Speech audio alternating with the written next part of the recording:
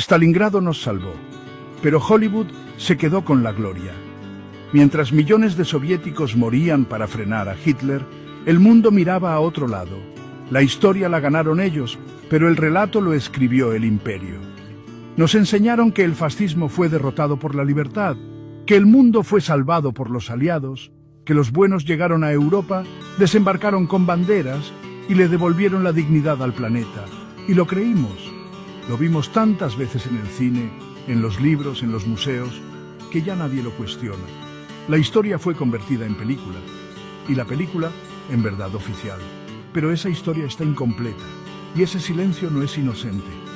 La Segunda Guerra Mundial no se ganó en Normandía, se ganó en Stalingrado, en una ciudad que sangró hasta secarse, en calles congeladas donde millones murieron sin nombre, sin estatua, sin funeral. Mientras el mundo miraba al oeste, el este enterraba a sus muertos y seguía peleando. Los soldados soviéticos no tenían música épica ni cámaras de cine. Tenían frío, tenían hambre, tenían un fusil para cada tres. Y aún así, resistieron. Retrocedieron hasta el límite y desde ahí empujaron de vuelta a Hitler. Lo empujaron con cadáveres, con madres que despedían hijos sabiendo que no volverían, con ciudades que se defendían a sí mismas porque no quedaba nadie más.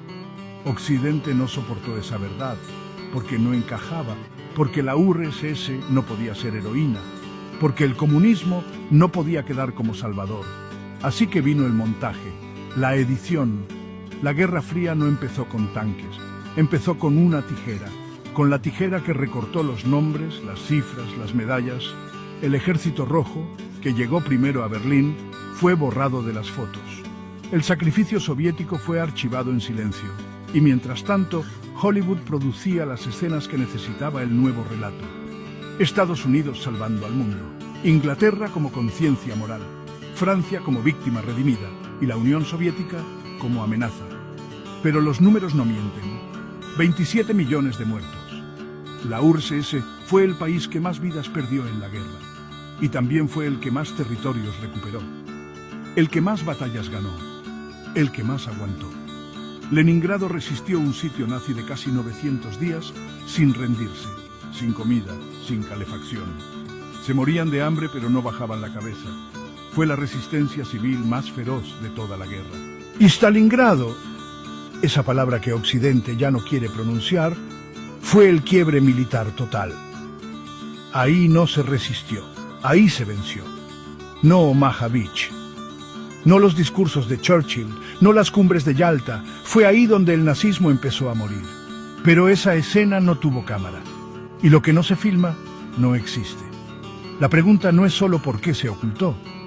La pregunta es, ¿qué pasaba si no lo ocultaban? ¿Qué pasaba si el mundo reconocía que fue el comunismo el que frenó al fascismo?